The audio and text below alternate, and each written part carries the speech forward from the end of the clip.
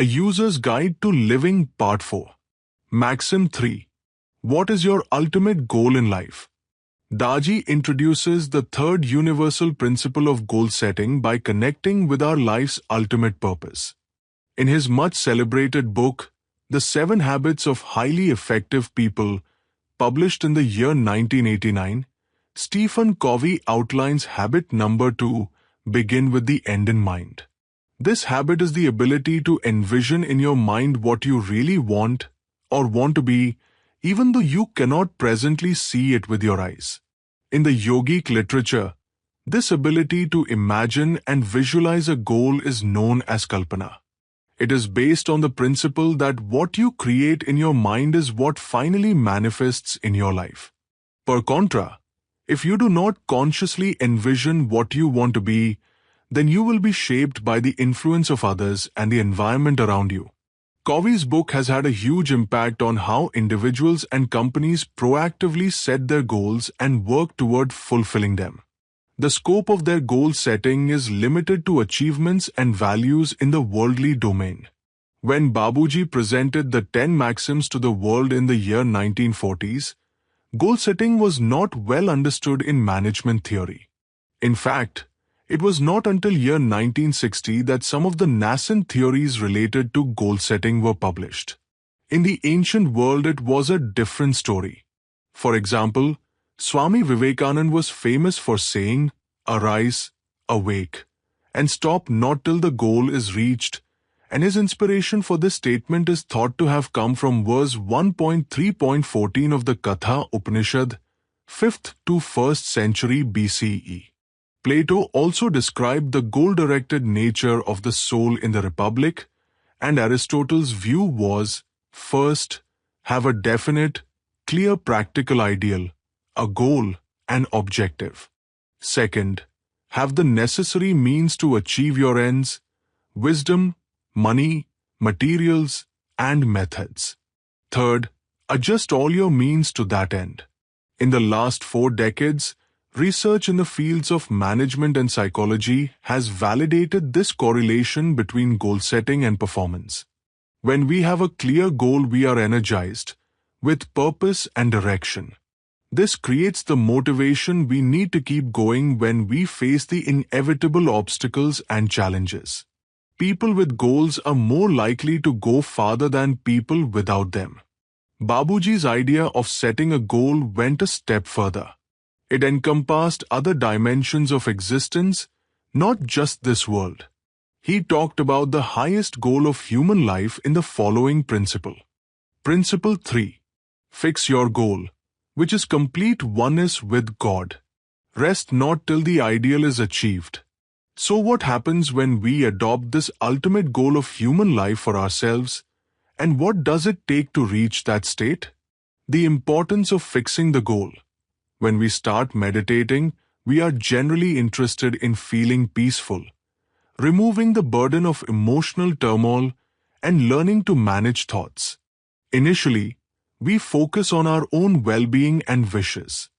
Through practice, we develop an attraction toward the heart and mind, the subtle body, and we start to long for inner happiness. Later on, we long for the happiness of everyone. And when we are attracted by the soul, we go beyond pleasure, happiness, and bliss into the state of nothingness associated with the center. That pure state is difficult to describe, as there is no weight and no quality to it. This journey towards subtler and subtler states requires purposeful awareness and consciousness of where we are headed, but knowledge alone is not enough. Just as lighting a candle or turning on the light is for the purpose of doing things like reading, cooking, or eating dinner, similarly, we enlighten ourselves with knowledge so we can do things.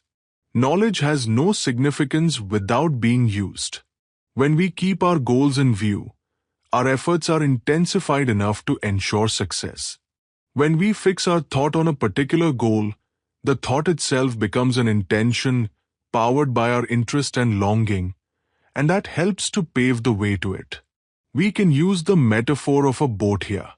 Life without a goal is like a boat without a rudder or a helm. Without applying the hem in the direction of the destination, the boat is unlikely to reach there. For our own inner development, what is that hem? It is our strong interest, longing, and determination, along with the courage and confidence to navigate the eddies and currents that are obstacles along the way. This hem steering involves doing something, action, and here the doing involves the heartfulness practices and lifestyle principles. The third ingredient is enthusiasm, the vitality and passion that develops in a seeker to continue on the journey toward their goal. This is also known as love and devotion, or bhakti. Without the inspiration and soothing effect of love and devotion, the journey would be dry, unforgiving, and lifeless. Love propels us forward and upward. It ignites the fire of transcendence. So setting our sights on the ultimate goal involves the three great streams of yoga: karma yoga, action; jnana yoga, knowledge; and bhakti yoga, love and devotion. This raises another big question. What is the ultimate goal of human life? Sages, scientists, religious leaders, philosophers, and thought leaders have tried to answer this question throughout human history, along with a few related questions. Who am I? Why am I here? What is the purpose of my existence? Where did I come from? And where will I go afterward? The answers to these age-old questions are not only linked to what happens during this lifetime, but are also linked to what happens before, after, and beyond this life. Some traditions promote the idea of heaven and hell, while others teach that we are reincarnated until all our karmic debts are paid, and then we are liberated. Other people believe that there is nothing before or after this life. Babuji asked a simple question: what is that one thing, having which we will have everything? It is not wealth, or power, or fame, or knowledge, or love, or happiness, but the source of all those things. And what is the source of everything?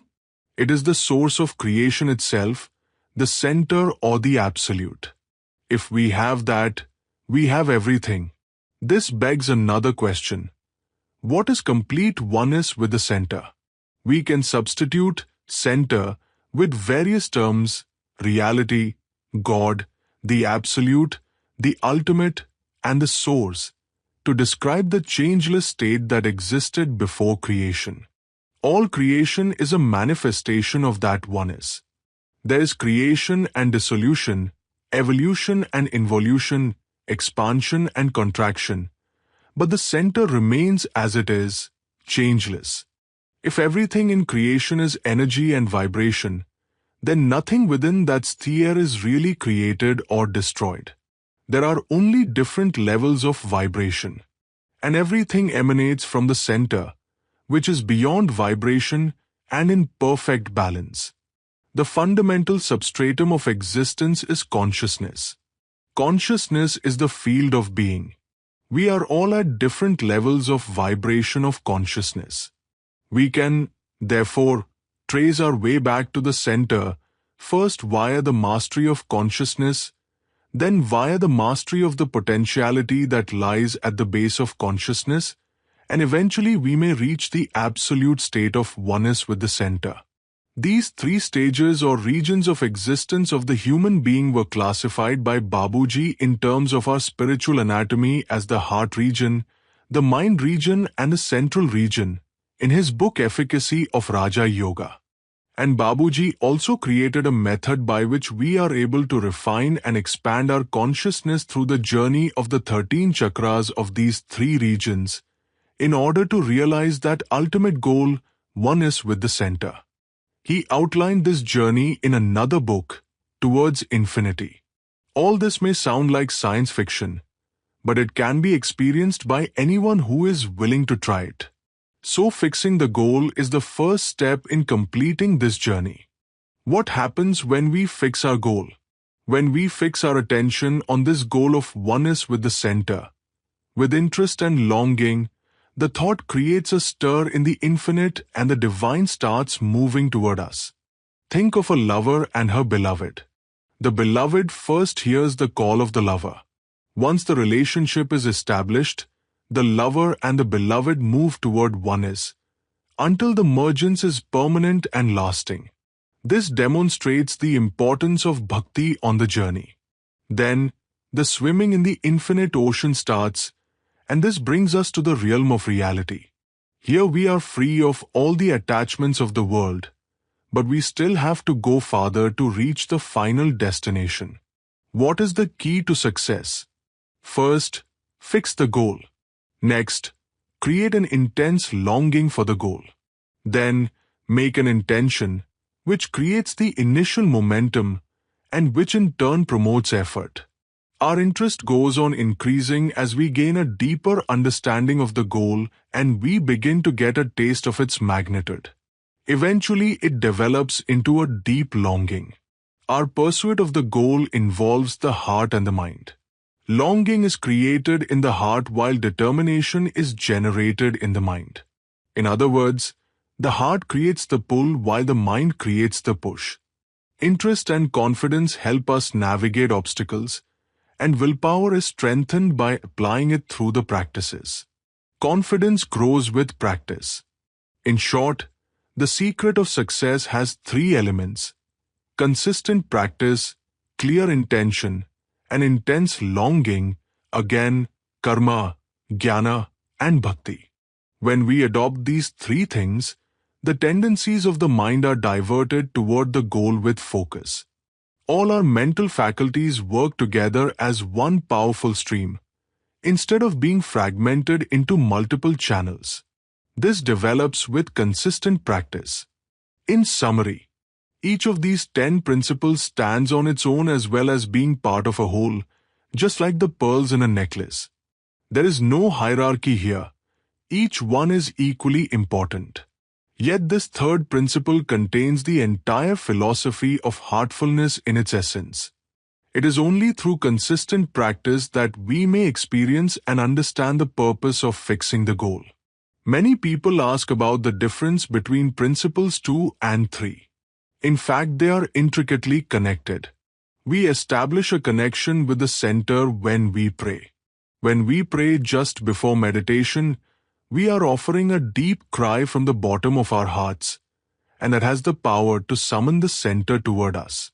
Fixing the goal is a conscious process of keeping that connection alive and allowing it to be enlivened more and more. It is a longing, like falling in love multiplied 1,000,000 times. When the goal is foremost in our mind, desires drop off, attachments lose their intensity, and expectations vanish. Everything else is absorbed within this central longing. We continue to value our worldly lives, and they are greatly enriched by the love and potential that develop in us as we journey onward. In fact, the worldly riches are embellished by making these 10 principles a part of our life. But our focus shifts. The central purpose of our existence takes center stage, and the mind is directed toward it with full vigor. There is extreme impatience and restlessness until the goal is achieved. That is what it takes. There are 3 apparent paradoxes that are worth exploring here. The first involves the guidance given by Lord Krishna in the Bhagavad Gita. While Babuji tells us to fix our goal and rest not until it is achieved, Lord Krishna tells us that while we are entitled to fix our goal, we have no right to the goal itself. The results of our actions are in the hands of God. This concept leads us to another principle, that of acceptance.